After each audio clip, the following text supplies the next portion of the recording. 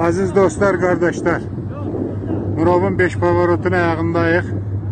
Geldik değerli tankçı kardeşlerimizin yanına. Tanklarımızı bayraklarımızla bəzədik.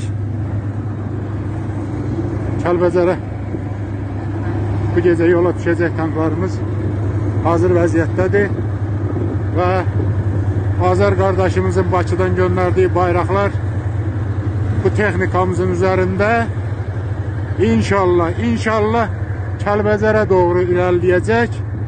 Çok az qalıb, sayılı saatler qalıb. Şükür, Allah'ın böyüklüğüne şükür. Biz bu günleri yaşayırıq, bu sevinçli günleri. Her bir Kəlbəcərini, her bir kardeşimizi, bacımızı, anamızı təbrik eləyirəm. Gözleriniz aydın olsun.